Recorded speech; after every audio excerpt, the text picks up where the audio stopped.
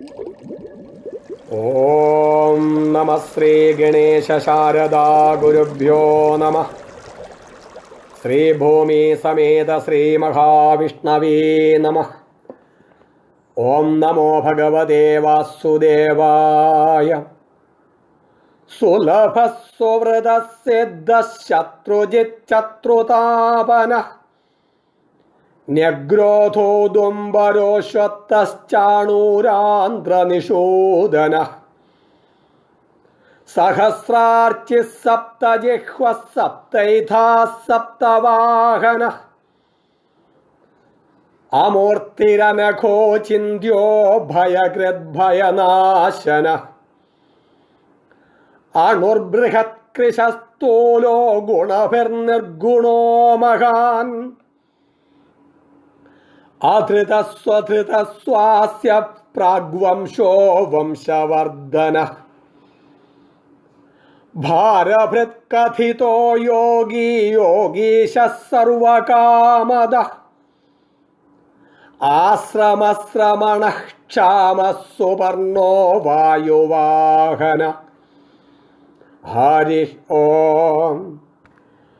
സുലഭ സുവൃത സിദ്ധ ശത്രുജിച്ചത്രുതാപന ന്യഗ്രോധോദുംബരോശ്വത്ത ചാണൂരാന്ത്രനിഷൂദന സഹസ്രാർച്ചി സപ്തജിഹ്വ സപ്തൈധാ സപ്തവാഹന അമൂർത്തിരനഘോ ചിന്ത്യോ ഭയകൃദ്ഭയനാശന അണുർബൃഹത്കൃശസ്ഥൂലോ ഗുണഭിർനിർഗുണോ മഹാൻ അധൃതസ്വധൃതസ്വാസ്യ പ്രാഗ്വംശോ വംശവർദ്ധന ഭാരഭൃത്കഥിതോ യോഗീ യോഗീശഃ സർവകാമദ ആശ്രമശ്രമണഃ ക്ഷാമ സുപർണോ വായുവാഹന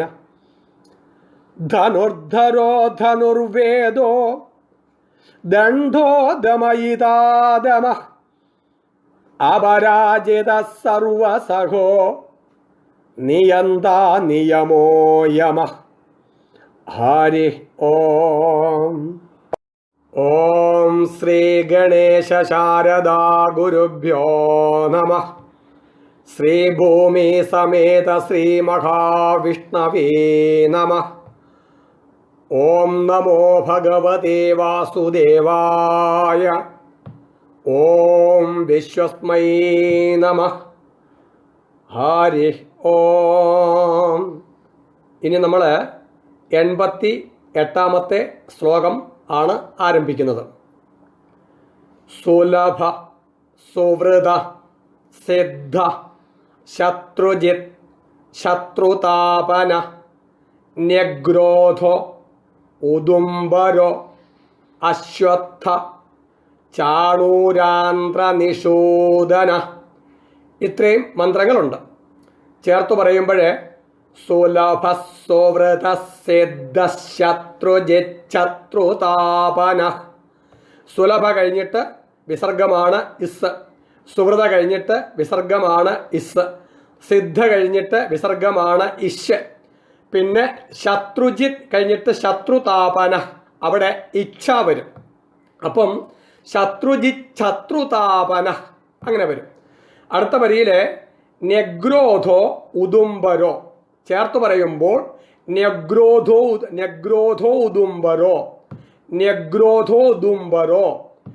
ഉദുംബരോ കഴിഞ്ഞിട്ട് അടുത്ത മന്ത്രം അശ്വത്ഥ, പക്ഷേ അകാരം ഉച്ചരിക്കത്തില്ല. അപ്പം അതുകൊണ്ട് ന്യഗ്രോധോദുംബരോശ്വത്ഥ. ശ്രദ്ധിക്കുക, ന്യഗ്രോധോദുംബരോശ്വത്ഥ. അശ്വത്ഥ കഴിഞ്ഞിട്ട് പിന്നീട് വിസർഗം അവിടെ ഇഷ്. പിന്നെ ചാണൂരാന്ത്രനിഷൂദന. അപ്പോഴേ ന്യഗ്രോധോദുംബരോശ്വത്തശ്ചാണൂരാന്ത്രനിഷൂദന അങ്ങനെ വരും.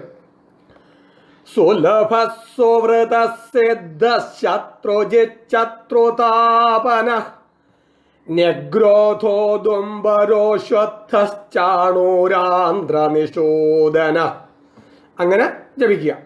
ഇനി ഇതിൻ്റെ അർത്ഥം നമുക്ക് ഓരോന്നും നോക്കാം. സുലഭ. സുലഭ എന്ന മന്ത്രത്തിൻ്റെ ആ എണ്ണം വെച്ച് നോക്കുമ്പോൾ 817ാമത്തെ മന്ത്രമാണ് സുലഭ. സുലഭ എന്ന് പറഞ്ഞാൽ ആർക്കും വളരെ എളുപ്പത്തിൽ ലഭിക്കുന്നവൻ എന്ന് സാരം. ആർക്കും എന്നിവിടെ ഉദ്ദേശിച്ചത് ഭഗവത് ഭക്തന്മാർക്ക്. വലിയ യജ്ഞങ്ങൾ കൊണ്ടൊന്നും ലഭിക്കുന്നതല്ല. ന യജ്ഞേന പ്രജയാ ധനേന ത്യാഗേനൈകം അമൃതത്വമാനശു. ഭഗവാനെ ലഭിക്കാനുള്ള ഏറ്റവും ലളിതമായ മാർഗമാണ് ഭഗവാനെ പ്രേമിക്കുക. നിഷ്കാമമായിട്ട് എന്തെങ്കിലും ആഗ്രഹിക്കാതെ കണ്ട് വെറുതെ ഭഗവാനെ പ്രേമിക്കുക. അങ്ങനെ പ്രേമിച്ച് ഭഗവാനിൽ അങ്ങ് പ്രേമം ശരിയായി കഴിയുമ്പോൾ ഭഗവാൻ വളരെ സുലഭമായിട്ട് നമുക്ക് ലഭിക്കും. ആ ഭഗവാനെ നമ്മളിൽ നിന്ന് അന്യമായിട്ട് കണ്ട് ഭഗവാനെ പ്രേമിക്കുമ്പോൾ വലിയ വലിയ യജ്ഞങ്ങളൊന്നും വേണ്ട. ഭഗവാനെ പൂജിക്കാൻ ഒരു ഇലയായാലും ഒരു പുഷ്പമായാലും എന്തെങ്കിലും ഒരു പഴവർഗ്ഗമായാലും അല്പം ജലമായാലും എന്തെങ്കിലുമൊക്കെ കൊണ്ട് ഭഗവാൻ ചെയ്യുന്ന ചെറിയ ചെറിയ പൂജകളിൽ ഭഗവാൻ പ്രീതനാകും. പത്രേഷു പുഷ്പേഷു ഫലേഷു തോയേഷു അക്രീതലഭ്യേഷു സദൈവ സൽസു ഭക്തിൈകലഭ്യേ പുരുഷേ പുരാണീന്. ഇതൊന്നും കൊടുത്തില്ലെങ്കിലും ഭഗവാനിലെ കേവലം ഭക്തി മാത്രം മതി. മുക്തി കഥം ന ക്രിയതേ പ്രയത്ന. ഒരു പ്രയത്നവുമില്ല. പ്രേമിക്കാൻ വല്ല പ്രയത്നം വല്ലതും വേണോ? ഒരു പ്രയത്നവും വേണ്ട. വലിയ ആയാസമുള്ളതായ, ധനവ്യയമുള്ളതായ, സമയച്ചെലവുള്ളതായ വലിയ ക്രിയകളൊന്നും വേണ്ട. വെറുതെ ഭഗവാനെ പ്രേമിക്കുക. പക്ഷെ അതിന് മനസ്സ് സജ്ജമാകണമെന്നുണ്ടെങ്കിൽ അതിന് ഇച്ചിരി പ്രയാസമാണ്. അത് പ്രയാസപ്പെട്ടെങ്കിലേ കിട്ടത്തുള്ളൂ. കാരണം നമുക്കൊക്കെ നമ്മൾ ഈശ്വര ഭജനം ചെയ്തത് ഇപ്പം ഈ സഹസ്രനാമം പഠിക്കുന്നത് തന്നെ എന്തിനാ? നമ്മുടെ കാര്യങ്ങളൊക്കെ അങ്ങ് മറപോലെ അങ്ങ് നടന്നു പോകണം. അതിന് ഈശ്വര കാരുണ്യം വേണം. ഏത് കാര്യങ്ങളാ? നമ്മുടെ ഈ ഭൗതിക ജീവിതത്തിലെ നമ്മുടെ ഈ ലൗകിക ചൂടിന് ഒരാശ്വാസം. അതിനു വേണ്ടിയാ മാത്രമാണ് നമ്മളൊക്കെ ഈ പഠിക്കുന്നത്. പക്ഷേ അതിൽ നിന്നും വിപരീതമായിട്ട് ആത്മസ്വരൂപനായിരിക്കുന്ന ഭഗവാനെ തന്നിൽ നിന്നും അന്യമായ ഒരു നാമരൂപങ്ങളിൽ കൽപ്പിച്ച് ആ ഭഗവാനെ പ്രേമിക്കുക. അതാണ് ഭക്തി. അതിൽ കൂടെ വളരെ എളുപ്പം കിട്ടുന്നവൻ എന്നാണ് ഈ പറഞ്ഞതിൻ്റെ സാരം. അടുത്തത് സുവൃത. അതിമംഗള രൂപത്തെ ധരിച്ചവൻ. സാധുക്കളുടെ പരിത്രാണം, ദുഷ്ടന്മാരുടെ ദുഷ്കൃതി, ഇതിനു വേണ്ടിയിട്ടാണ് ഭഗവാന്റെ അവതാരം. അപ്പോഴേ ഈ അങ്ങനെ ധർമ്മത്തെ സംരക്ഷിക്കുക എന്ന ശ്രേഷ്ഠമായ വ്രതം ധാരണം ചെയ്തിരിക്കുന്നവനാണ് ഭഗവാൻ. അതുകൊണ്ട് ഭഗവാൻ സുവൃത. ഈ ആസുരീ ഭാവമെല്ലാം നമ്മുടെ ഉള്ളിലാണ്. ഈ ആസുരീ ശക്തികളെയെല്ലാം നമ്മൾ എപ്പോഴാണോ ഭഗവാനെ ശരണം പ്രാപിക്കുന്നത് അപ്പോൾ ഉള്ളിലെ ആസുരീ ശക്തികളെയെല്ലാം ഇല്ലായ്മ ചെയ്ത് ഭഗവാൻ തന്നെ നമ്മളെ ഭഗവാനിലേക്ക് ചേർക്കുന്നു. ധർമ്മസ്വരൂപമാണ് ഭഗവാൻ. ആ ധർമ്മത്തിലേക്ക് നമ്മളെ ചേർത്ത് ധർമ്മം ഉദ്ധൃതമാക്കുന്നു. അങ്ങനെയുള്ള ശ്രേഷ്ഠമായ വ്രതത്തോടു കൂടിയവനായതുകൊണ്ട് ഭഗവാനെ വിളിക്കുന്ന പേരാണ് സുവൃത. അടുത്തത് സിദ്ധ. നിത്യസിദ്ധ സ്വരൂപൻ. ഭഗവാന് ഒരാവരണമുണ്ട്. ആ ആവരണം മായ, സാത്വിക ഗുണപ്രധാനമായ മായ. എങ്ങനെയാണോ നല്ല തെളിഞ്ഞ വെള്ളത്തിനകത്ത് പ്രതിബിംബത്തിന് യാതൊരു ഭംഗവും ഉണ്ടാകാത്തത് എന്നതുപോലെ സാത്വിക ഗുണത്തിൻ്റെ ആവരണമാണ് ഭഗവാനുള്ളത്. ആ സാത്വിക ഗുണം സ്വമഹിമയെ മറയ്ക്കുന്നതേ അല്ല. ഭഗവാൻ അതുകൊണ്ട് തന്നെ തൻ്റെ സർവജ്ഞത്വം, സർവവ്യാപിത്വം അതെല്ലാം ഭഗവാനിലുണ്ട്. സർവദാ ആനന്ദ സ്വരൂപനുമാണ്. പക്ഷെ ജീവൻ്റേത് കലക്കവെള്ളം പോലെ അവിദ്യയാണ്. അതിനകത്തുള്ളത് രജോ ഗുണവും തമോ ഗുണവും. അതുകൊണ്ട് മഹിമ മറയ്ക്കപ്പെട്ടിരിക്കുന്നതുമാണ്. അപ്പം ഭഗവാന്റെ ആ മഹിമ മറയ്ക്കാതെ കണ്ട സ്വമഹിമയെ സദാസമയവും അനുഭവത്തിലുള്ളവനാണ് ഭഗവാൻ. അതുകൊണ്ടാണ് ഭഗവാനെ സിദ്ധ എന്ന് വിളിക്കുന്നത്. ഇനിയിപ്പം അവതാര സമയത്താണെങ്കിൽ പോലും ഭഗവാൻ നമ്മളെപ്പോലൊക്കെയുള്ള ശരീരത്തിൽ കൂടി അവതരിച്ചിരിക്കുകയാണെങ്കിലും സ്വേച്ഛയാലാണ് ആ അവതാരം. അപ്പം അവിടെയും ഭഗവാനെ സ്വമഹിമയെക്കുറിച്ചുള്ള ബോധം ശരിക്കുമുണ്ട്, ആ അനുഭവമുണ്ട്. അതുകൊണ്ടാണല്ലോ ശ്രീകൃഷ്ണ ഭഗവാന് ഭഗവത്ഗീത ഉപദേശിക്കുന്ന സമയത്ത് ഞാൻ ഉപദേശിക്കുന്നു എന്ന് പറയുന്നത്. കാരണം ആ മഹിമയെ അനുഭവിച്ച് നിന്നുകൊണ്ടാണ് ഈ ഉപദേശമേ. അതുകൊണ്ടാണ് തന്നെ താൻ വിസ്മരിക്കുന്നില്ല. നമ്മളൊക്കെ നമ്മളെ വിസ്മരിച്ചവരാ. നമ്മുടെ യഥാർത്ഥമായിരിക്കുന്ന ആ അവസ്ഥ, ആ അമൃതാവസ്ഥ അനുഭവത്തിലില്ലാത്തവരും മറന്നുപോയവർ ഉള്ളവരുമാണ്. ഭഗവാൻ സർവ പൂർണ്ണമായിട്ട് തൻ്റെ മഹിമ അനുഭവിക്കുന്നു. അതുകൊണ്ട് നിത്യസിദ്ധ സ്വരൂപൻ, അന്യ ആശ്രയമില്ലാത്തവൻ. നമ്മളൊക്കെ സുഖത്തിന് വേണ്ടി മറ്റതിനെ ആശ്രയിക്കുന്നു. ഭഗവാൻ സുഖസ്വരൂപമാണ്. സദാ തന്നിൽ തന്നെ ആ ആനന്ദം അനുഭവിച്ചു കൊണ്ടിരിക്കുന്നവനാണ്, അന്യാശ്രയമില്ലാത്തവനാണ്. അഷ്ടസിദ്ധികളുള്ളവൻ, അണിമ മഹിമ ലഹിമ ഗരിമ ഈശത്വം വശുത്വം പ്രാകാശ്യം തുടങ്ങിയിരിക്കുന്നതായ സിദ്ധികൾ ഭഗവാന്റെ ആവരണമായിട്ടുണ്ട്. ആ അഷ്ടസിദ്ധികൾ ആവരണമായിട്ടിരിക്കുന്ന ഭഗവാൻ, അങ്ങനെ ആ സിദ്ധികളോട് കൂടിയവനായതുകൊണ്ട് ഭഗവാൻ സിദ്ധ, സുഹൃത സിദ്ധ. ശത്രുജിത്ത്, ശത്രുക്കളെയെല്ലാം ജയിക്കുന്നവൻ. ഒരു സാധകന്റെ ഹൃദയത്തെ സദാ ആക്രമിച്ചു കൊണ്ടിരിക്കുന്ന ആസുരശക്തികൾ മറ്റാരുമല്ല. അതുതന്നെയാണ് നമ്മുടെ ശത്രുക്കൾ. ദേഹേന്ദ്രിയ അഭിമാനം, അതിൽ നിന്നുണ്ടാകുന്നതായ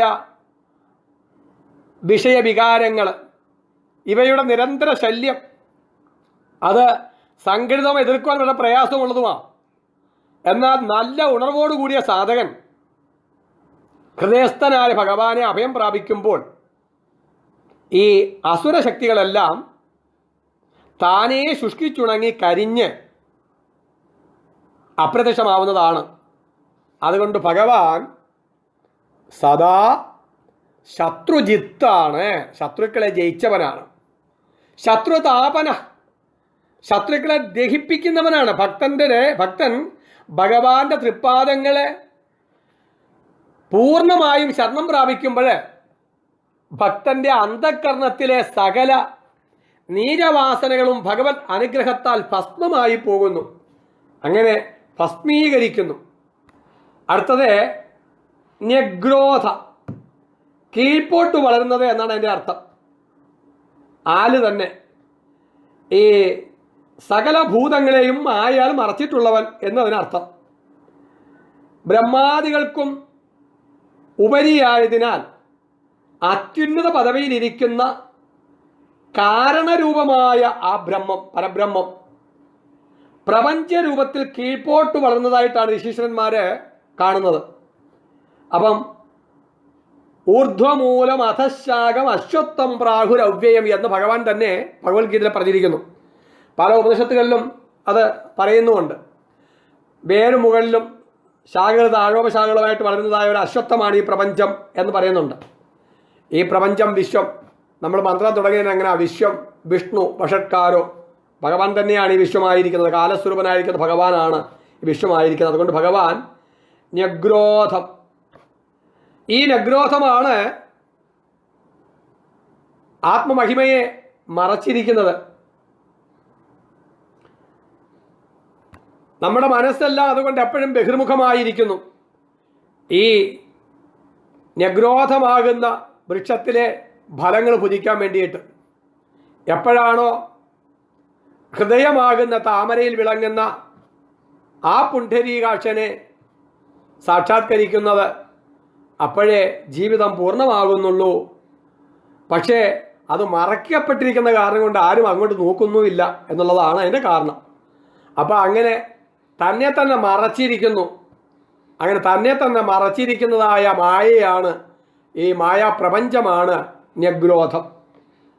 ഉദുംബര, ആകാശത്തിനും ഉപരി സ്ഥിതി ചെയ്യുന്നു. നമ്മളെല്ലാം എവിടെയാണ് താമസിക്കുന്നത്? ഭൂമിയിൽ. നമുക്ക് ആധാരം ഭൂമിയാണ്. ഭൂമി എവിടെ വർത്തിക്കുന്നു? ഭൂമിക്ക് ആധാരം ആകാശം. ആകാശം എന്തിൽ വർത്തിക്കുന്നു? ആകാശം അതിൻ്റെയും സൂക്ഷ്മമായിരിക്കുന്ന ഭഗവാനിൽ വർത്തിക്കുന്നു. അപ്പോൾ ചുരുക്കി പറഞ്ഞു കഴിഞ്ഞാൽ ആ ആകാശത്തിനേക്കാൾ സൂക്ഷ്മമായതും ആകാശത്തിനും ആശ്രയമായിരിക്കുന്നതും എന്തോ അത് അമ്പരം ഉദുംബരം. അടുത്തത് അശ്വത്ഥം. അശ്വത്ഥം എന്ന് പറഞ്ഞാൽ മുമ്പ് നമ്മൾ പറഞ്ഞു. ആ ന്യഗ്രോധം എന്ന മന്ത്രത്തിൻ്റെ മറ്റൊരു പദപ്രയോഗമാണ് ഇവിടെ അശ്വത്ഥം. നശ്വരമായ പ്രപഞ്ചത്തെ കുറിക്കുന്നതാണ് അശ്വത്ഥം. ഊർധ്വമൂല അവാക്ഷാക ഏഷോ അശ്വത്ഥ സനാതന, ഇങ്ങനെയാണ് ഉപനിഷത്തിനകത്ത് പറയുന്നത്, കടോപനിഷത്തിനകത്ത്. ഇത് നമ്മുടെ ശരീരമാണ്. നമ്മുടെ ശരീരത്തിൻ്റെ തന്നെ മറ്റൊരു പതിപ്പാണ് വലിയ പതിപ്പാണ് ഈ പ്രപഞ്ചം. യഥാപിണ്ഡേ തഥാ അണ്ഡേ എന്ന. നിങ്ങൾ ശ്രദ്ധിച്ചിട്ടുണ്ടോ, ഈ അശ്വത്ഥം ഒരുപാട് തലമുറകൾ നിൽക്കുന്നതാ. ശ്വ എന്നാൽ നാളെ, ഇഥ എന്ന് പറഞ്ഞാൽ നിലനിൽക്കുന്നത്. എന്നാൽ അശ്വത്ഥം എന്ന് പറഞ്ഞാൽ നാളെ ഇല്ലാത്തത്, ഈ അവസ്ഥയിൽ നാളെ നിലനിൽക്കാത്തത്. ഈ പ്രപഞ്ചത്തിലെ സകല വസ്തുക്കളും സദാസമയവും മാറ്റത്തിന് വിധേയമായിക്കൊണ്ടിരിക്കുകയാണ്. അതുകൊണ്ടാണ് ഇതിനെ അശ്വത്ഥം എന്ന് വിളിക്കുന്നത്. ഈ അശ്വത്ഥം, ഈ പ്രപഞ്ചം തന്നെ അത് സംസാരമാണ്. ഈ സംസാരമാണ് ആത്മാവിനെ, അതിൻ്റെ മഹിമ മറച്ചിരിക്കുന്നത്. അടുത്തത് ചാണൂരാന്ധ്ര നിഷൂദനം. കംസവധത്തിന് മുമ്പായിട്ട് കംസന്റെ 5 മല്ലന്മാർ പ്രധാനപ്പെട്ടത്, അതിലൊരാളാണ് ഈ ചാണൂരൻ. ആന്ധ്ര എന്ന പദത്തിന് മല്ലൻ എന്നാണ് അർത്ഥം. അപ്പം ചാണൂരൻ എന്ന മല്ലനെ വധിച്ചവനായതുകൊണ്ട് ഭഗവാൻ ചാണൂരാന്ധ്ര നിഷൂദന. ചാണൂരൻ എന്ന മല്ലനെ കൊന്നവൻ ചാണൂരാന്ധ്ര നിഷൂദന. സുലഭസ്വൃതസ്യദ്ശത്രുജിച്ഛത്രുതാപന ന്യഗ്രോധോദുംബരോശ്വത്തശ്ചാണൂരാന്ധ്ര നിഷൂദന. ഹരി ഓം. ഓം നമോ ഭഗവതേ വാസുദേവായ. ഇനി നമ്മൾ 89-ാമത്തെ ശ്ലോകമാണ് ഇവിടെ ചർച്ച ചെയ്യുന്നത്. മന്ത്രം സഹസ്രാർച്ചി സപ്തജിഹ്വ സപ്തൈധ സപ്തവാഹന അമൂർത്തി അനഘോ അചിന്യോ ഭയകൃത് ഭയനാശന. സഹസ്രാർച്ചി കഴിഞ്ഞിട്ട് വിസർഗം ഇസ്. അപ്പം സഹസ്രാർച്ചി സപ്തജിഹ്വ സപ്തൈധ സപ്തവാഹന. അവിടെ ജിഹ്വ കഴിഞ്ഞിട്ട് ഇസ്, സപ്തൈധ കഴിഞ്ഞിട്ട് ഇസ്, പിന്നെ സപ്തവാഹനം. എല്ലാറ്റിലും ഇസ്സാണ് ഉച്ചാരണം വിസർഗത്തിൻ്റെ അവിടെ വരിക. സഹസ്രാർച്ചി സപ്തജിഹ്വ സപ്തൈധ സപ്തവാഹന. അടുത്ത വരിയിൽ അമൂർത്തി അനഘോ ചേർത്ത് പറയുമ്പോൾ അമൂർത്തിരനഘോ. അടുത്ത മന്ത്രം അചിന്തിയോ, അതിൻ്റെ ആ ഉച്ചരിക്കത്തില്ല. അപ്പോൾ അമൂർത്തിരനഘോ ചിന്തിയോ. അനഘോ അചിന്തിയോ എന്ന് പറയാൻ പാടില്ല, അനഘോ ചിന്തിയോ എന്നും പറയാൻ പാടില്ല. അമൂർത്തിരനഘോ ചിന്തിയോ അങ്ങനെ ചേർത്തേ പറയാവൂ. ഭയകൃത് ഭയനാശന. സഹസ്രാർച്യ സപ്തജിഹ്വ സപ്തൈധ സപ്തവാഹന അമൂർത്തിരനഘോ ചിന്ത്യോ ഭയകൃത് ഭയനാശന. ഇനിയും ഓരോ മന്ത്രങ്ങളുടെയും അർത്ഥം നമുക്ക് നോക്കാം. സഹസ്ര അർച്ചി, അനന്തം. സഹസ്രം എന്ന് പറഞ്ഞാൽ എണ്ണമറ്റത് എന്നാണ് അർത്ഥം. അപ്പം അങ്ങനെയുള്ളതായ രശ്മികളോടുകൂടിയവൻ, അനേകായിരം രശ്മികൾ ഉള്ളവൻ, നമ്മുടെ സകല അനുഭവങ്ങളെയും പ്രകാശിപ്പിക്കുന്ന ശുദ്ധബോധസ്വരൂപനായ ഭഗവാനെ എല്ലാ ശാസ്ത്രഗ്രന്ഥങ്ങളും എല്ലാ ജ്യോതിസ്സുകളുടെയും ജ്യോതിസ്സായിട്ടാണ് വിവരിക്കുക. സ്വയം ജ്യോതി. ആ ഭഗവാൻ സ്വയം ജ്യോതിയാണ്. സ്വയം ജ്യോതി എന്ന് പറഞ്ഞാൽ ഒരു ഉപാധിയും ഇല്ലാതെ കണ്ട് പ്രകാശിക്കുന്നത്. നമ്മൾ കാണുന്നതായ സകല ജ്യോതിസ്സുകളും, ഇപ്പം വിളക്കിലെ ദീപമാണെങ്കിൽ എണ്ണയും തിരി ഉപാധിയാണ്, അടുപ്പിലെ തീയാണെന്നുണ്ടെങ്കിൽ വിറക് ഉപാധിയാണ്, സ്റ്റൗവേലെ പ്രകാശമാണെന്നുണ്ടെങ്കിൽ അതിന് ഗ്യാസ് ഉപാധിയാണ്, ബൾബിൽ കൂടെ വരുന്ന പ്രകാശമാണെന്നുണ്ടെങ്കിൽ അതിന് ഇലക്ട്രിസിറ്റിയും അതിൻ്റെ ഫിലമെൻറ്റും എല്ലാം ഉപാധിയാണ്. സൂര്യൻ അത് തന്നെയും ഹീലിയം കത്തിമാറുന്നതാണ്. അപ്പോൾ അവിടെയും വാതകം ഉപാധിയാണ്. വാതകം, ഈ ഉപാധിനാശം ഉണ്ടാകുമ്പോൾ അപ്പോൾ അവിടെ ആ പ്രകാശനാശവും ഉണ്ടാകും. എന്നാൽ ഇവിടെ ഭഗവാൻ അത് ഉപാധി ഒന്നുമില്ലാതെ സ്വയം പ്രകാശം തന്നെയാണ്, അതിൻ്റെ സ്വരൂപമായ പ്രകാശമാണ്. അതുകൊണ്ടാണ് സ്വയം ജ്യോതി എന്ന് പറയുക. അങ്ങനെ സ്വയം ജ്യോതിസായിരിക്കുന്ന ആ ഭഗവാന്റെ രശ്മികളിൽ കൂടിയാണ്, ആ രശ്മിയാണ് ഇവിടെ സർവ്വ ജീവജാലങ്ങളുടെയും ഇന്ദ്രിയ മനോബുദ്ധികളിലെല്ലാം പ്രവർത്തിക്കുന്നത്. എത്രയോ ജീവികളാ ഉള്ളതില്ലേ. അപ്പം അങ്ങനെ അനേകായിരം ജീവജാലങ്ങളിലെല്ലാം ഇന്ദ്രിയ മനോബുദ്ധികളായ എല്ലാം രശ്മികളായിട്ടിരിക്കുന്നത്, അതിനെല്ലാം പ്രകാശിപ്പിക്കുന്ന രശ്മികളായിട്ടിരിക്കുന്നത് ഈ അത്യുജ്വല പ്രകാശമായ സ്വയംഭുവായ സ്വയം പ്രകാശവാനായ ആ ഭഗവാൻ തന്നെ സ്വയം ജ്യോതിസാണ്. അവരോട് വിശേഷിപ്പിക്കുകയാണ് സഹസ്രാർച്ചി. സപ്തജിഹ്വ. മുണ്ടകോപനിഷത്തില് അഗ്നിക്ക് 7 നാളങ്ങളുണ്ട് എന്ന് പറയും. അത് 7 നിറത്തിലാണ് അതിനെ പറയുന്നത്. അതിനെ ആധ്യാത്മികമായിട്ട് ഉദ്ദേശിക്കുന്നത് നമ്മുടെ 7 ദ്വാരങ്ങളിൽ കൂടി ഈ ബോധം തന്നെ രശ്മികളായിട്ട് പ്രകാശിച്ച് പ്രവഹിച്ച് ആണ് നമുക്ക് എല്ലാ ജീവിതാനുഭവങ്ങളെയും തരുന്നത്. 2 കണ്ണും 2 മൂക്കും 2 ചെവിയും അതുപോലെ വായും അവിടെ തന്നെയുണ്ട് തൊക്കും. അപ്പം അങ്ങനെ 7 എന്ന് പറയുമ്പോൾ 5 ജ്ഞാനേന്ദ്രിയങ്ങളും 7 ആയിട്ട് നിൽക്കുന്നു. 2, 4, 2 കണ്ണ്, 2 മൂക്ക്, 4, 2 ചെവി, 6. പിന്നെ വായിക്കകത്തുള്ളത് രസനേന്ദ്രിയം. അത് രസനേന്ദ്രിയം എന്ന് നമ്മൾ പറയുമ്പോൾ അവിടെ ത്വക്കിൻ്റെ സാന്നിധ്യം അവിടെ ഉണ്ടായിക്കഴിഞ്ഞു. അപ്പോൾ ഇങ്ങനെ 7 ആയി ഇന്ദ്രിയങ്ങളിൽ കൂടിയൊക്കെ ആ നമുക്കെല്ലാ അനുഭവങ്ങളെയും സാധ്യമാക്കി തരുന്നതായ ആ ഭഗവാനെയാണ് ഈ സപ്തജിഹ്വ എന്ന് പറയുന്നത്. അതിനെ അഗ്നിയുടെ 7 പ്രകാശനാളങ്ങളോട് അല്ലെങ്കിൽ അഗ്നിയിലെ 7 നിറത്തിനോട് ഉപമിച്ചിരിക്കുന്നു. അതാണ് സപ്തജിഹ്വ. സപ്തൈധ. അടുത്ത മന്ത്രം 828. 7 തേജോമയങ്ങളായ അഗ്നിജ്വാലകൾ എന്ന് വീണ്ടും സാരം. ഇതിനെ നേരത്തെ നമ്മൾ പറഞ്ഞതായ ആ മന്ത്രത്തിനെ തന്നെ 7 നാക്കുകളായിട്ട് വീണ്ടും ഉപമിച്ചിരിക്കുന്നത് സാരം. നമ്മൾ മുമ്പേ പറഞ്ഞതായ ആ 7 ഇന്ദ്രിയങ്ങളിൽ അതിനെ 7 ദീപ്തികൾ ഉള്ളവൻ എന്നർത്ഥം വരുന്നു. 7 ദീപ്തികൾ. ഇനിയും അഗ്നിയില് ആല്, അത്തി, പ്ലാശ്, വന്നി, കുറുന്തോട്ടി, അശനിപാതം, പുഷ്കരവർണം ഇങ്ങനെയുള്ളതായ 7 തരം സമിത്തുകൾ ഹോമിക്കുമ്പോൾ 7 രീതിയിലെ പ്രകാശം ഉണ്ടാകും. നമുക്കറിയാം, ഇപ്പം നമ്മൾ അടുപ്പിലായാലും ശരി, ഇപ്പം മാമറക് വെച്ചാലും ബ്രാമറക് വെച്ചാലും ഓരോന്നിനും അതിൻ്റെതായ വ്യത്യാസം ഉണ്ടാകും ജീവജാലത്തിന്.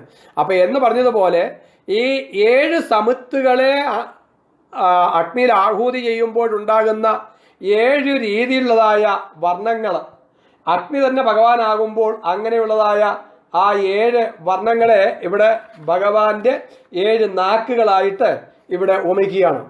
അതിനെ തന്നെയാണ് 7 ദീപ്തികളുള്ളത് എന്ന് പറയുന്നത്. അപ്പം സപ്തജിഹ്വയും സപ്തൈധ എന്നൊക്കെ പറയുന്നതെല്ലാം അടിസ്ഥാനപരമായിട്ട് ആശയത്തിൽ ഒന്ന് തന്നെ, പല രീതിയിൽ പല മന്ത്രങ്ങളിൽ കൂടി നമ്മളെ ആ ഭഗവാൻ എന്ന ആശയത്തിലേക്ക് എത്തിക്കാൻ വേണ്ടി പരിശ്രമിക്കുന്നു.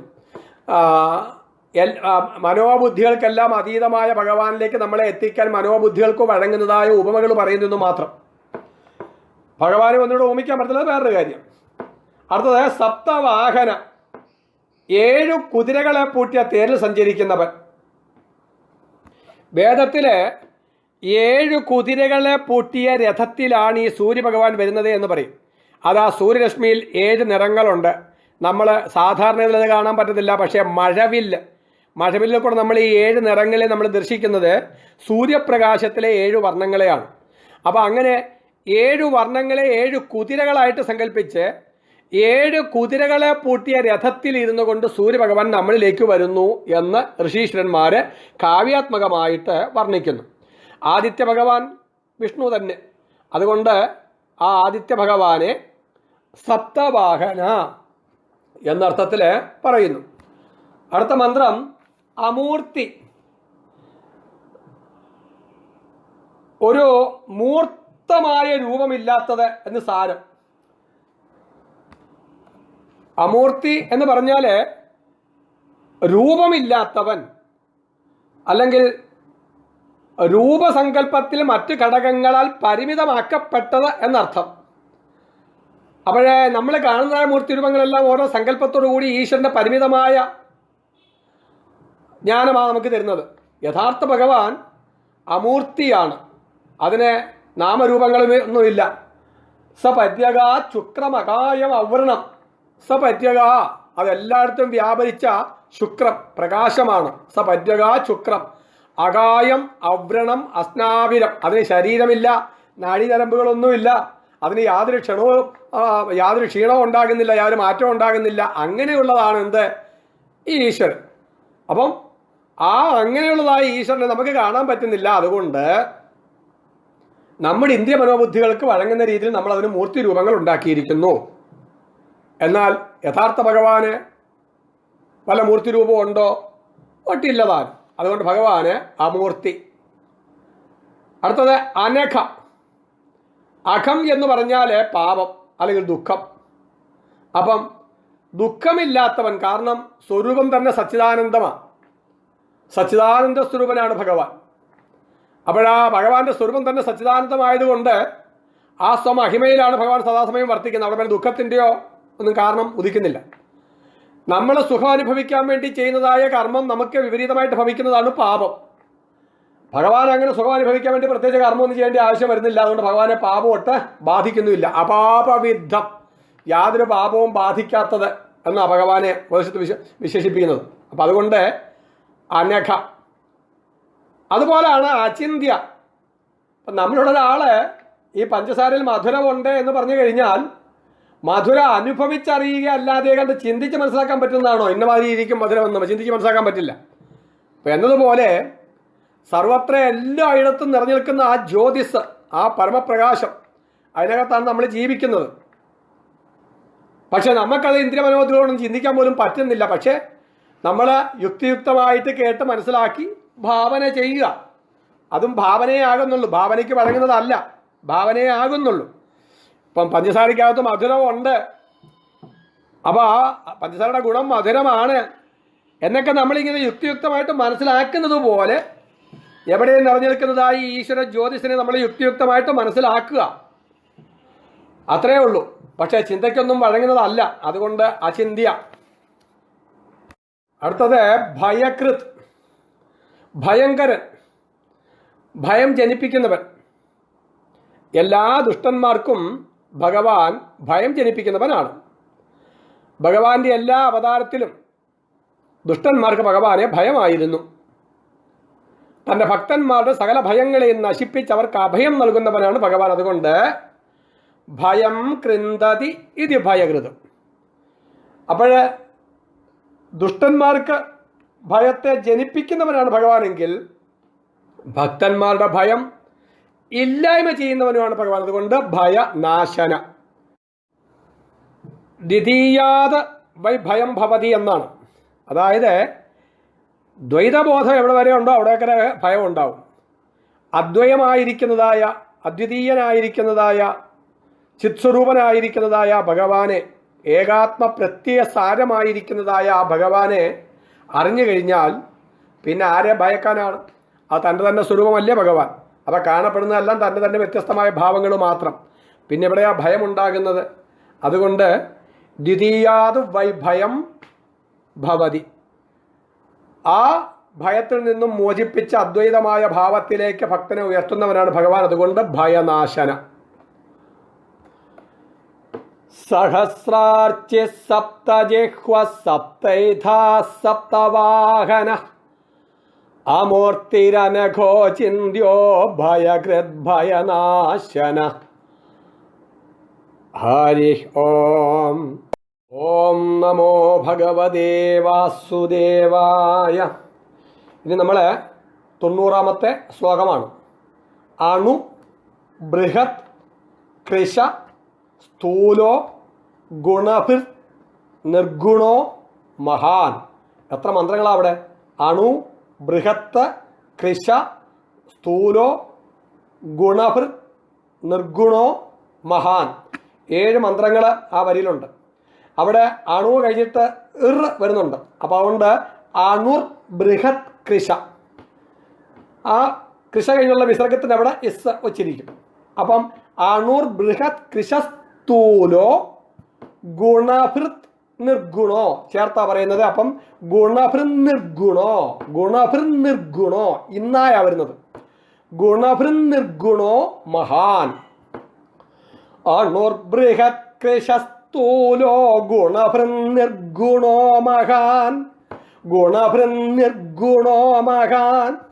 അധൃത സ്വധൃത സ്വാസ്യ അധൃത കഴിഞ്ഞിട്ട് സ്, സ്വധൃത കഴിഞ്ഞിട്ട് സ്, സ്വാസ്യ കഴിഞ്ഞിട്ട് ഇഫ്, പ്രാഗ് വംശോ പ്രാഗ്വംശോ, വംശവർദ്ധന.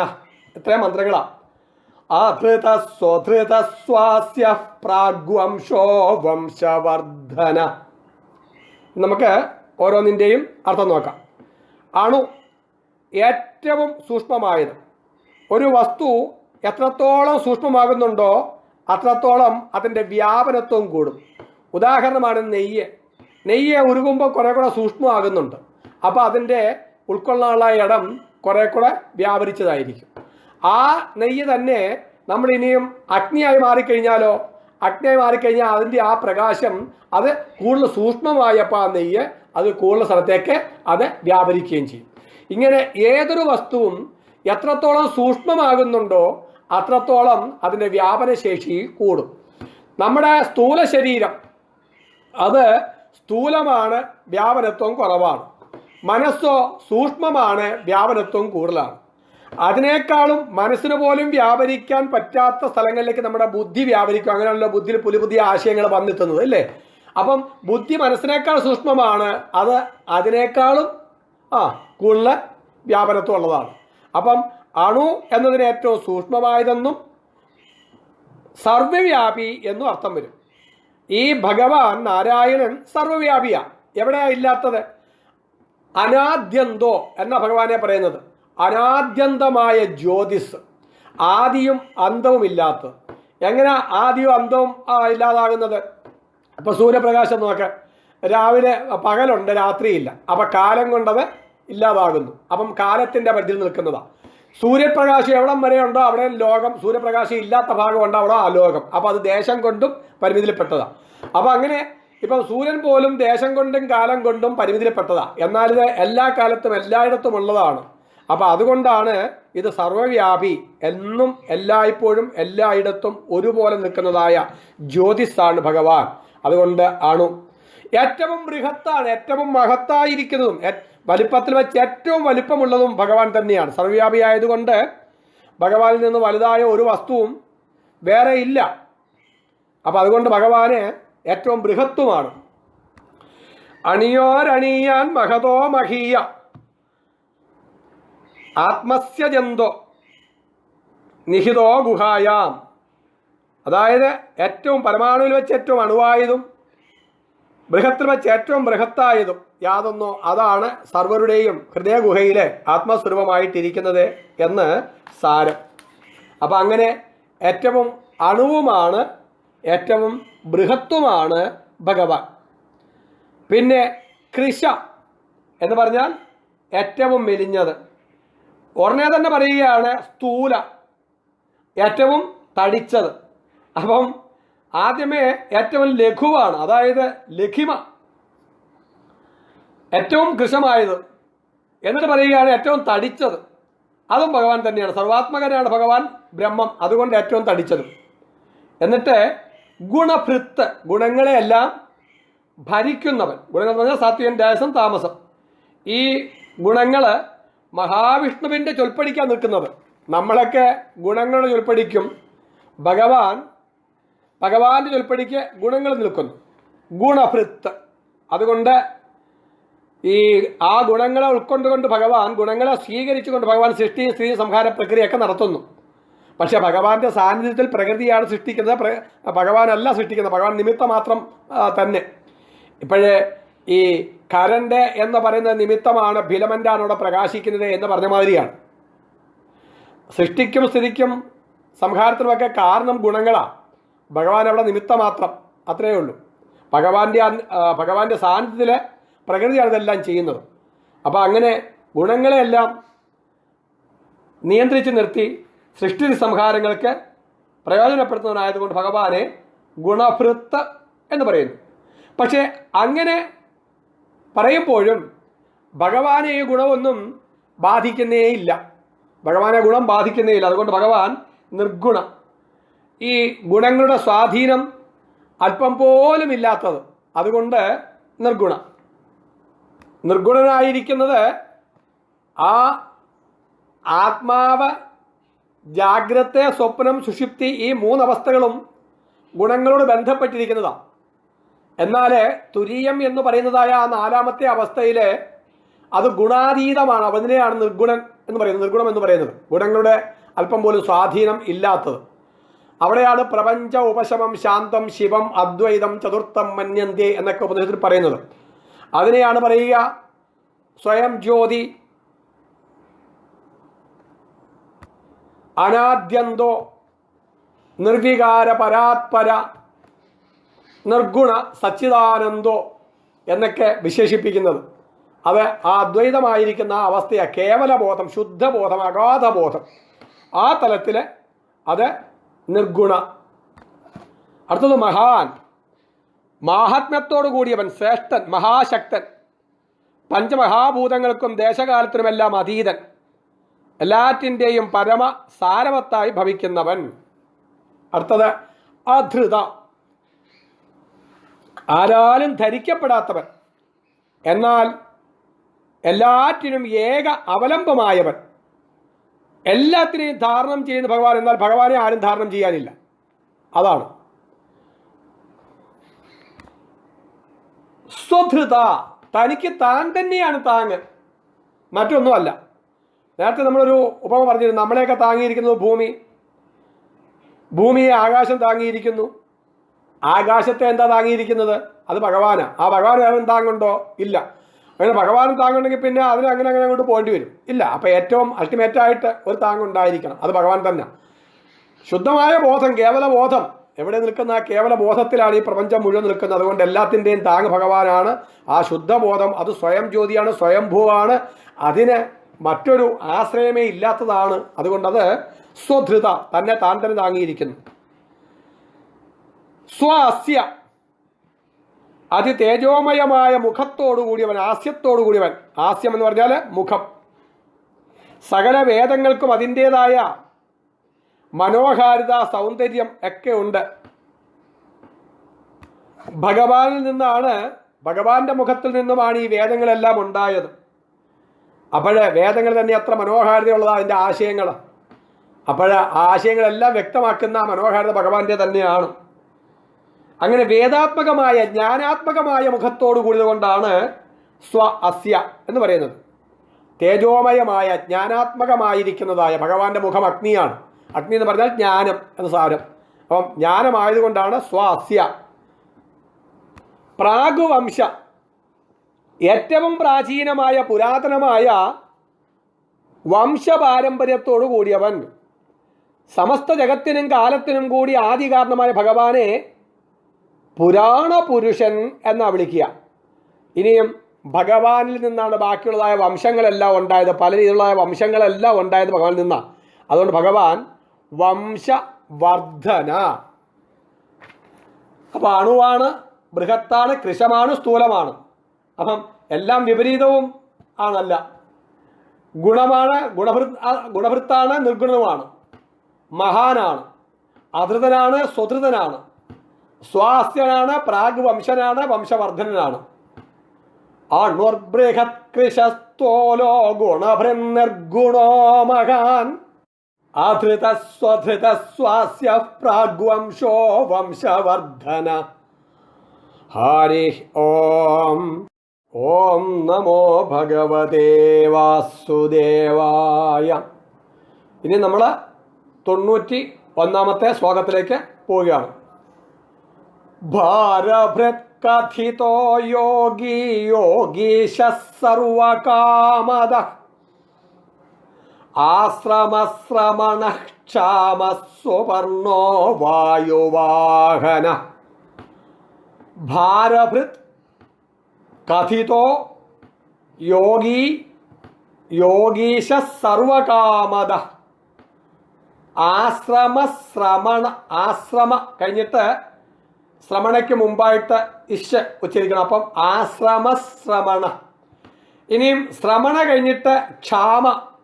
അവിടെ സാധാരണ ശ്രമണഹ ക്ഷാമ എന്നാണ് ഉച്ചരിച്ച് കേൾക്കുന്നത്. ഇവിടെ നമ്മൾ ശ്രമണഹ എന്നുള്ളതിൻ്റെ ഹ മുഴുവൻ വിസർഗത്തിൽ ഉച്ചരിക്കാത്ത കാരണം കൊണ്ട് ശ്രമണ ക്ഷാമ എന്ന് ഉച്ചരിച്ചാൽ മതി. ആശ്രമ ശ്രമണ ക്ഷാമ. ഹ എന്ന് മുഴുവൻ വേണ്ട. ശ്രമണ ക്ഷാമ. ക്ഷാമ കഴിഞ്ഞിട്ട് പിന്നെ ഇസ് സുവർണോയ്ക്ക് മുമ്പായിട്ട്. അപ്പോഴേ ആശ്രമശ്രമണ ക്ഷാമ സുവർണോ വായുവാഹന ഭാരഭൃത്കഥിതോ യോഗി യോഗീശ സർവകാമദ ആശ്രമശ്രമണ ക്ഷാമ സുവർണോ വായുവാഹന. ഇനി നമുക്ക് ഇതിൻ്റെ അർത്ഥം നോക്കാം. ഭാരഭൃത്ത്, ഭാരം വഹിക്കുന്നവൻ. വലിയ ഭാരമായ ഭൂമിയെ അനന്തന്റെ രൂപത്തിൽ വഹിക്കുന്നു. ധരണിയെ ഒക്കെ ധാരണം ചെയ്തിരിക്കുന്നു. എന്തിനെ? വിശ്വത്തെ തന്നെ തന്നിൽ ധാരണം ചെയ്തിരിക്കുന്നു. ഭഗവാന്റെ വിശ്വരൂപം കണ്ടപ്പോഴേ ആ ഭഗവാനിലാണ് അർജുനൻ സമസ്ത ലോകത്തെയും കാണുന്നത്. അപ്പൊ ഈ സമസ്ത ലോകവും ഭഗവാനിൽ നിൽക്കുകയാണ്. ഭഗവാനിൽ നിന്ന് അന്യമേ അല്ല. നമ്മളൊക്കെ ഭഗവാനിൽ നിൽക്കുന്നവരാ. എന്താണ് ഈ ഭഗവാൻ സത്യത്തില്? അത് സ്വയം ജ്യോതിരനാദ്യന്തം, എവിടെയും നിലനിൽക്കുന്ന അത്യുജ്വലമായ പ്രകാശം. അത് ഈ പ്രപഞ്ചത്തിന്റെ അകത്തും പുറത്തുമെല്ലാം ഒരുപോലെ നിറഞ്ഞു നിൽക്കുന്ന പ്രകാശം. നമ്മൾ കാണുന്നില്ല എന്ന് മാത്രമേ ഉള്ളൂ. ഒരു കോടി ദിവാകരരുദിച്ചുയരും പടി എന്നാ നാരായണ ഗുരുദേവൻ പാടിയതേ. അപ്പൊ അത്രയ്ക്കുള്ള അത്യുജ്വലമായിരിക്കുന്ന ഒരു പ്രകാശത്തിലാണ് നമ്മൾ വർത്തിക്കുന്നത്. ഈ പ്രകാശത്തിന്റെ മഹിമയിലാണ് നമ്മൾ ഈ വിശ്വത്തെ അനുഭവിക്കുന്നത്.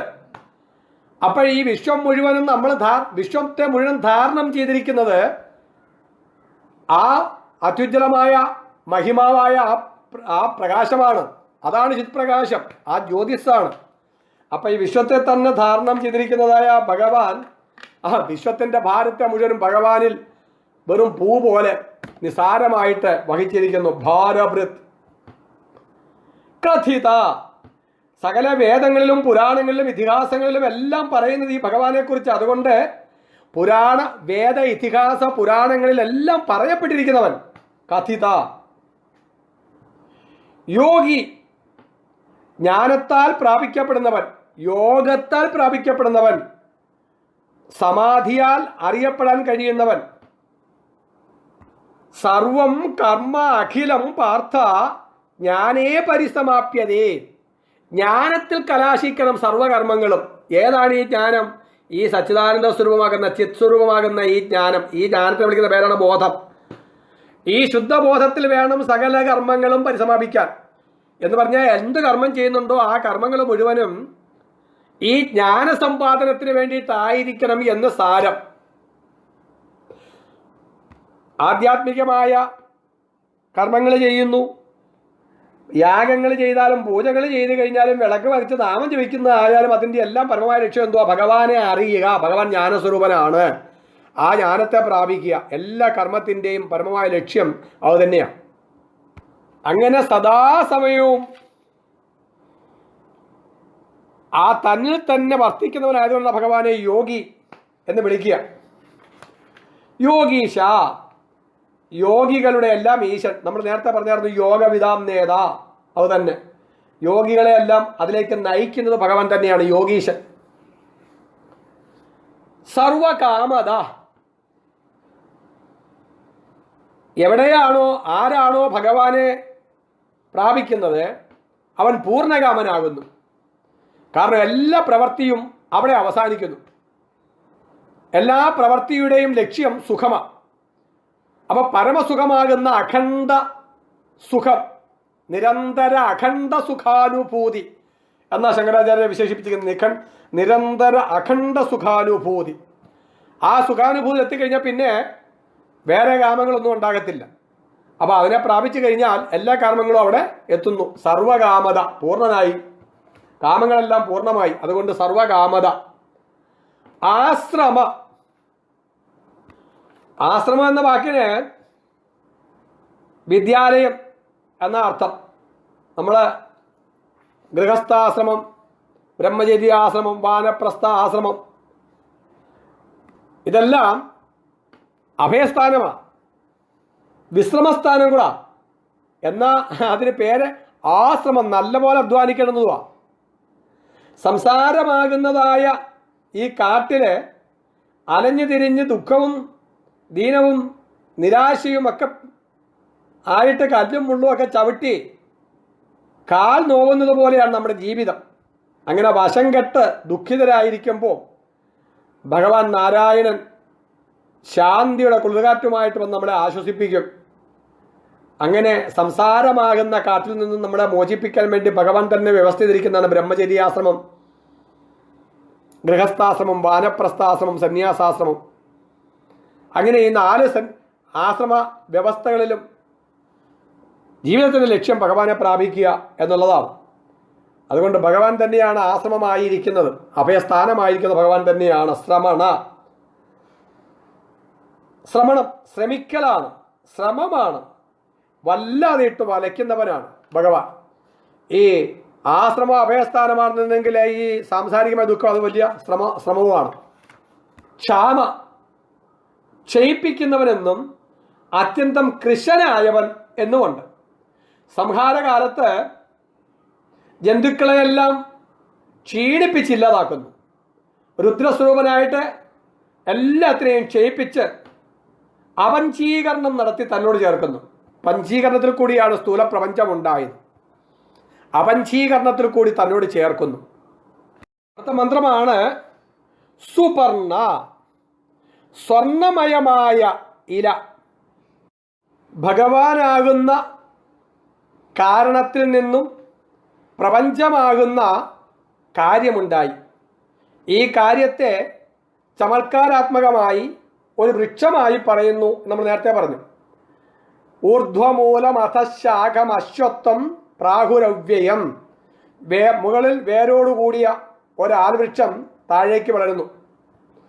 ചന്ദാംസി യസ്യ പർണാനി. ആ വൃക്ഷത്തിൻ്റെ ഇലകൾ എന്ന് പറയുന്നത് അത് വേദങ്ങളാണ്. വേദങ്ങളിൽ എന്താണ് പ്രതിപാദ്യ വിഷയം? അത് ഭഗവാനാണ്. ഭഗവാൻ എന്താണ്? ഈ ഭഗവാൻ അത് ജ്ഞാനമാണ്. അത് സച്ചിദാനന്ദ സ്വരൂപമായ ബോധമാണ് ഭഗവാൻ. അതിനെക്കുറിച്ചാണ് എല്ലാം പറയുന്നത്. അപ്പോൾ ചുരുക്കി പറഞ്ഞാൽ ഈ ഇല എന്തിൻ്റെ വിശേഷമായിട്ട് വരും? ജ്ഞാനത്തിൻ്റെ, ബോധത്തിൻ്റെ വിശേഷമായിട്ട് വരും. അപ്പം അതിൻ്റെ പ്രകാശം, ബോധത്തിൻ്റെ പ്രകാശം എന്താണ്?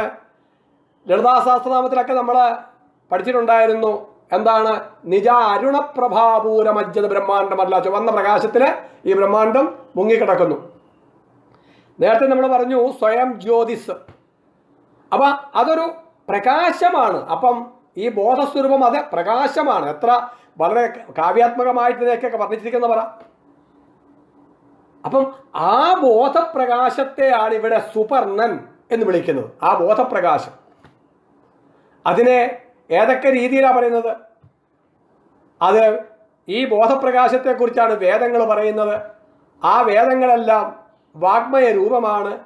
ആ വാഗ്മയ രൂപമായ വേദപ്രകാശത്തിലാണ് ഈ ഭഗവാൻ അടങ്ങിയിരിക്കുന്നത്. അതുകൂടെ നമ്മൾ അറിയുന്നത്. ഈ പ്രപഞ്ചമെല്ലാം ലയിച്ചിറങ്ങിക്കഴിയുമ്പോഴേ മാർക്കണ്ഡേയം കാണുന്ന കരാരബിന്ദേന പദാരബിന്ദം, ആ മുകുന്ദാഷ്ടകത്തിൽ പറയുന്നതായ ആ ബാലം മുകുന്ദം എവിടെ കിടക്കുന്നത്?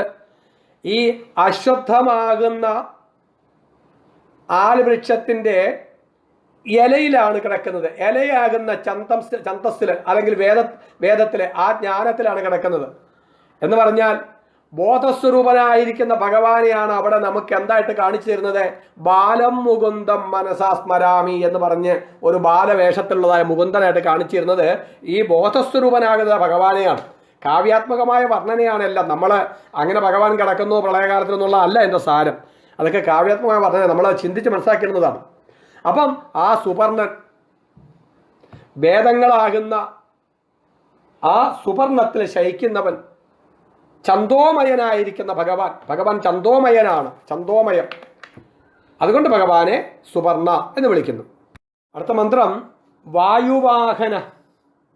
വായുവിനെ ചലിപ്പിക്കുന്നവൻ.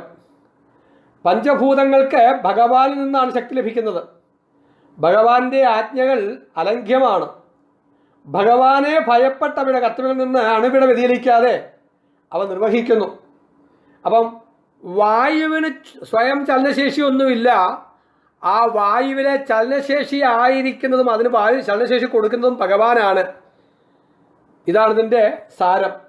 വായുവാഹന, വായുവിനെ ചലിപ്പിക്കുന്നവൻ എന്ന് സാരം. വായുവാഹന, വായുവിനും ചലനശക്തി പ്രദാനം ചെയ്യുന്നവൻ, വായുവിനെ ചലിപ്പിക്കുന്നവൻ. ഭാരഭൃത് കഥിതോ യോഗി യോഗീശ സർവകാമദ ആശ്രമശ്രമണക്ഷാമ സുവർണോ വായുവാഹന. ഹരി ഓം. ഓം നമോ ഭഗവതേ വാസുദേവായ. ഇനിയും 92-ാമത്തെ ശ്ലോകം. ധനുർധരോ ധനുർവേദോ ദണ്ഡോ ദമയിതാദമഃ അപരാജിത സർവസഹോ നിയന്താ നിയമോ യമഃ. ധനുർധരോ, ധനുർവേദോ, ദണ്ഡോ ദമയിതാ ദമഃ അപരാജിത, അത് കഴിഞ്ഞിട്ട് ഇസ്തുച്ചരിക്കണം. പിന്നെ സർവസഹോ, അപ്പം അപരാജിത സർവസഹോ. നിയന്ത, അടുത്തത് അനിയമോ, പക്ഷേ അകാരം ഉച്ചരിക്കത്തില്ല, അതുകൊണ്ട് നിയന്ത നിയമോ. പക്ഷെ നിയന്ത നിർത്തിയിട്ട് നിയമോ എന്നെടുക്കാനും പാടില്ല. അടുത്തത് അയമ, പക്ഷേ അകാരം ഉച്ചരിക്കത്തില്ല, അതുകൊണ്ട് നിയന്താ നിയമോ യമ, നിയന്താ നിയമോ യമ, അങ്ങനെ ഉച്ചരിക്കണം. ധനുർധരോ ധനുർവേദോ ദണ്ഡോ ദമയിതാദമഃ അപരാജിത സർവസഹോ നിയന്താ നിയമോ യമഃ. ഇനി നമുക്ക് ഇതിൻ്റെ ആശയം നോക്കാം. ധനുർധരൻ, മഹത്തായ ധനുസ് ധരിച്ചിരിക്കുന്നവൻ. കോദണ്ഡപാണിയായ ശ്രീരാമചന്ദ്രനെ ഉദ്ദേശിച്ചാണ് ഈ മന്ത്രം എന്ന് പറയുന്നു. ഉപനിഷത്തിലെ ഈ ധനുവിനെ വിളിക്കുന്നത് പ്രണവം എന്നാണ്. പ്രണവമായ വില്ല്, പ്രണവോ ധനു, ശരോഹി ആത്മ, ശരമാകുന്നതായ ആത്മാവ്.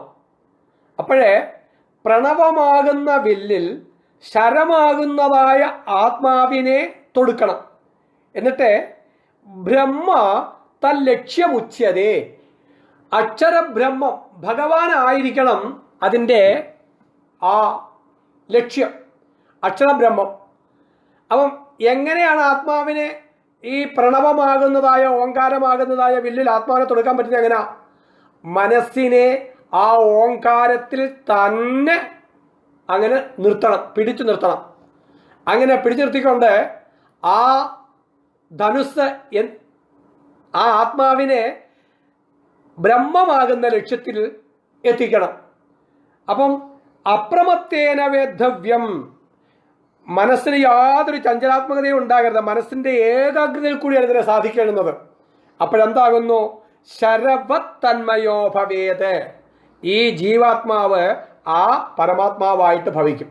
അപ്പം ഓങ്കാരത്തിൻ്റെ ഉപാസന, ആ ഓങ്കാരം ചൊല്ലുമ്പോൾ മനസ്സിനെ ഏകാഗ്രമാക്കി ബ്രഹ്മത്തെ ലക്ഷ്യം വെച്ചുകൊണ്ട് അത് ചൊല്ലിക്കഴിഞ്ഞാൽ നമ്മൾ ഈ ബ്രഹ്മമായിട്ട് തന്നെ ഭവിക്കും. നമ്മൾ അതിന് സഹായിക്കുന്നതായ ഓങ്കാരമാകുന്ന വില്ല്, അത് ഭഗവാൻ തന്നെയാണ്. ആ ഓങ്കാരം, അത് ഓങ്കാരം നാദസ്വരൂപമാണ്, ഭഗവാൻ തന്നെ അതിനെ ധാരണം ചെയ്തിരിക്കുന്നു. അതുകൊണ്ട് ഭഗവാൻ ധനുർധര. പിന്നെ പറയുകയാണ് ദണ്ഡ, ദുഷ്ടന്മാരെയൊക്കെ ശിക്ഷിക്കുവാനുള്ളതാ.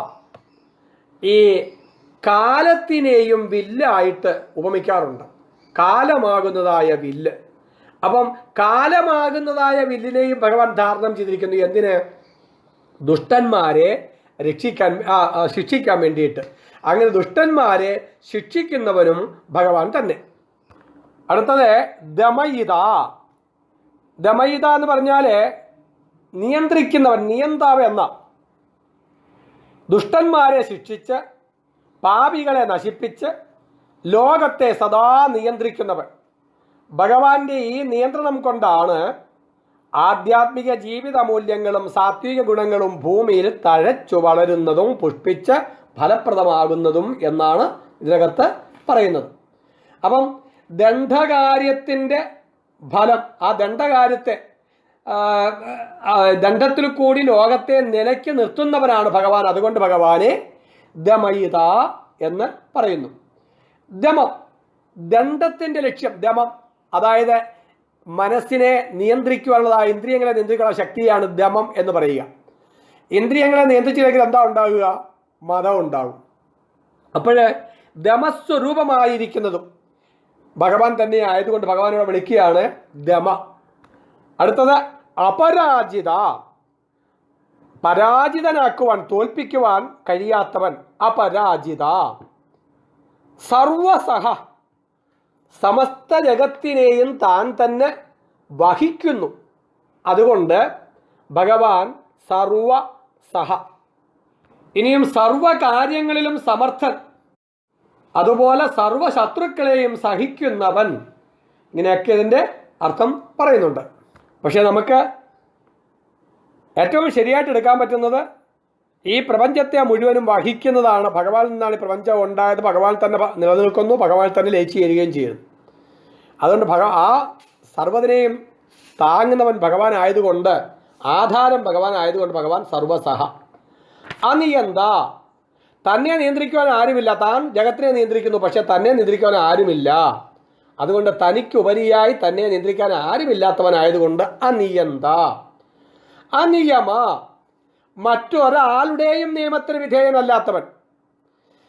താൻ തൻ്റേതായ നിയമത്തിൽ എല്ലാറ്റിനെയും നിർത്തുന്നു, പക്ഷെ തന്നെ നിയമിക്കുവാൻ ആരുമില്ല. അതാണ്, തൻ്റേതായ നിയമത്തിൽ എല്ലാം നിൽക്കുന്നു, തന്നെ നിയമിക്കുവാൻ മറ്റൊരാളുമില്ല. അതുകൊണ്ട് അനിയമ.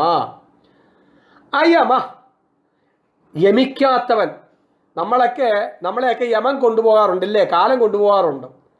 മരണമില്ലാത്തവനാണ്, അമൃതസ്വരൂപനാണ് ഭഗവാൻ. അതുകൊണ്ട് അയമ, മരണമില്ലാത്തവൻ, ശാശ്വതൻ. മരണനിയമം ഭഗവാനിൽ പ്രാവർത്തികമാവുകയില്ല. അമൃതസ്വരൂപനാണ് ഭഗവാൻ, നിത്യസച്ചിദാനന്ദ സ്വരൂപനാണ് ഭഗവാൻ, സ്വയം ജ്യോതിസ്സാണ് ഭഗവാൻ, അനാദ്യന്തനാണ് ഭഗവാൻ, യാതൊരു മാറ്റത്തിനും വിധേയമാകാത്തവനാണ്, നിർവികാരനാണ് ഭഗവാൻ. അതുകൊണ്ട് ഭഗവാൻ നിർഗുണനാണ്. ഈ മൃത്യുവും മായയുമെല്ലാം അതൊക്കെ ഗുണസ്വരൂപങ്ങളാണ്, ഗുണങ്ങൾക്കെല്ലാം അതീതമായിരിക്കുന്ന ഭഗവാൻ. അതുകൊണ്ട് ആ ഭഗവാൻ അയമ, മരണമില്ലാത്തവനാണ് എന്ന് സാരം. ധനുർധരോ ധനുർവേദോ ദണ്ഡോ ദമയിതാദമ അപരാജിത സർവസഹോ നിയന്ത നിയമോ യമ. ഹരി ഓ.